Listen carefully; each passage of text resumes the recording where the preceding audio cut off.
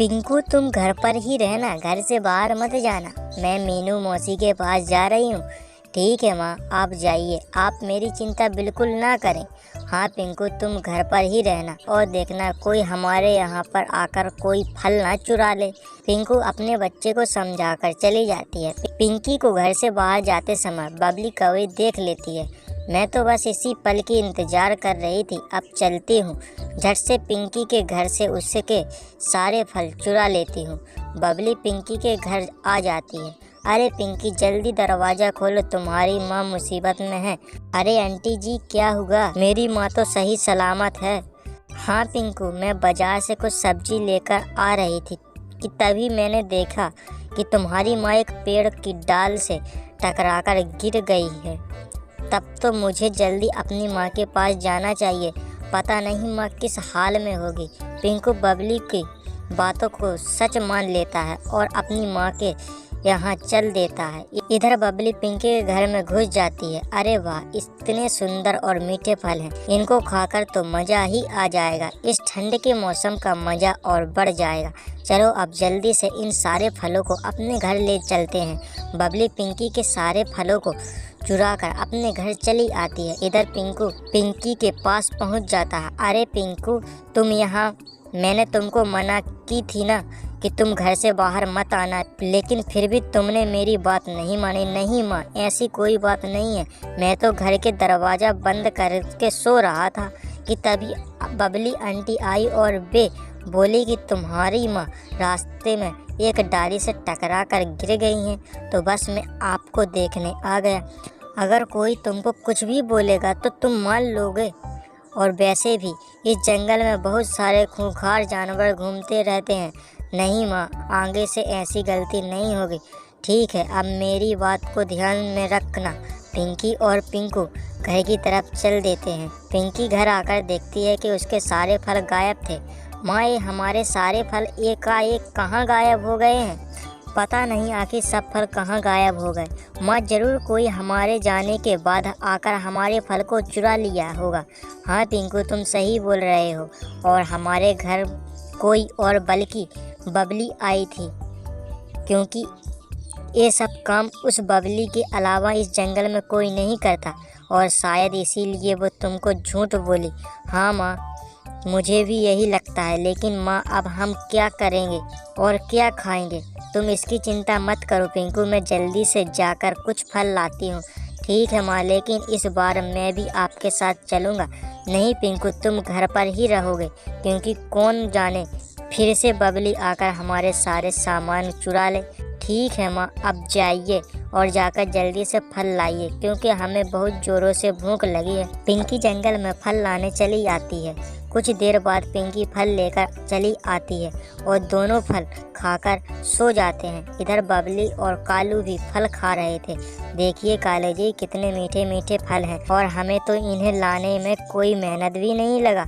हाँ बबली, लेकिन ये तो गलत बात है, हम किसी दूसरे के फल को चोरी कर ले।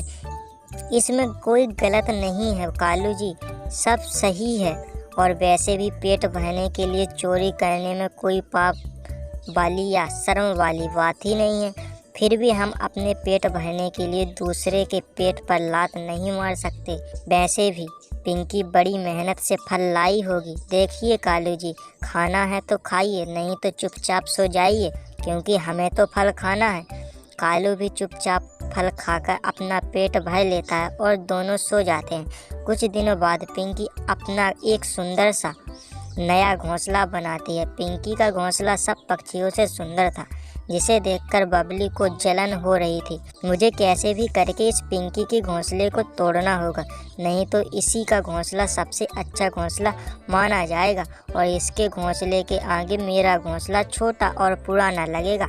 आज रात को कैसे भी करके इसके घोंसले को तोड़ना होगा। रात होती है, सब पक्षी अपने अपने घोंसले में सोए हुए थे। बबली चुपके से पिंकी के घोंसले के पास आती है और ऊपर के हिस्से को तोड़ देती है।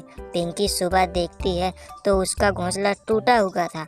माँ, हमने तो घोंसले को मजबूत बनाया था, फिर अचानक से घोंसला टूट कैसे गया?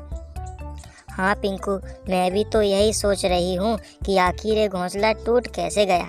इसे तो हमने अच्छे तरीके से बांध दिए थे। जरूर किसी पक्षी को हमारे घोंसले को देखकर जलन हो रही थी, तो उसी ने हमारे घोंसले को तोड़ दिया। लेकिन कोई बात नहीं पिंकू, हम अपना फिर से नया घोंसला बनाएंगे। लेकिन चलो पहले बबली के घर चलते हैं। पिंकू बबली के घर चली आती है। अरे बबली, मेरा घोंसला किसी ने तोड़ दिया है, जिससे हम नया घोंसला बना रहे हैं। खुद अपने घोंसले को कमज़ोर बनाई और अब दूसरे को दोष दे रही हो। अच्छा ये बताओ काम क्या है? बबली, पिंकी को कुछ देर के लिए अपने घर रख लो, क्योंकि ये हमारे साथ बाहर रहेगा तो इसकी तबीयत बिगड़ जाएगी, क्योंकि ठंड भी बढ़ गई है। नहीं नहीं, मैं इसको नहीं रख सकती, क्योंकि मेरा भी घोंसला कमज़ोर है और अगर मेरा घोंसला टूट जाएगा तो हम कहाँ जाएंगे। इसीलिए दूसरे के यहाँ चली जाओ, शायद कोई रख ले। पिंकी उदास होकर मीनू मौसी के पास आती है। पिंकी सब बातें मीनू मौसी को बताती है। पिंकी, तुम चिंता मत करो, जितना दिन चाहो उतना दिन के लिए पिंकू को यहाँ छोड़कर जा सकती हो। पिंकू के यहाँ रहने से हमें कोई दिक्कत नहीं है, और जब तक तुम्हारा घोंसला पूरी तरह तैयार नहीं हो जाता तब तक तुम भी यहाँ आकर रह सकती हो। अरे मौसी, आपने पिंकू को अपने पास रखी, मेरे लिए तो यही बहुत बड़ी बात है। इसमें कोई बड़ी बात नहीं है पिंकी, अब जाओ और जाकर जल्दी से अपना घोंसला बनाओ। पिंकू मीनू मौसी के घर से चली जाती है। पिंकी आकर सूखी लकड़ी खोजने लगती है। बहुत देर खोजने के बाद भी पिंकी को लकड़ी नहीं मिलती है, जिससे पिंकी उदास होकर बैठ जाती है। मुझे कैसे भी करके अपने घोंसले को आज बना लेना होगा, क्योंकि मीनू मौसी के पास भी उतनी अनाज नहीं है कि वो पिंकू को ज़्यादा दिन तक खिला सके। लेकिन करूँ तो क्या करूँ, मुझे सूखी लकड़ी भी नहीं मिली। मैं एक काम करती हूँ, मैं बांस की लकड़ियों से अपना घोंसला बनाती हूँ। बांस से बना घोंसला और भी मजबूत होगा और उसमें हवा भी नहीं आएगी। पिंकी बांस इकट्ठा करके अपना घोंसला बनाने लगती है। कुछ देर में बांस का घोंसला बनकर तैयार हो जाता है।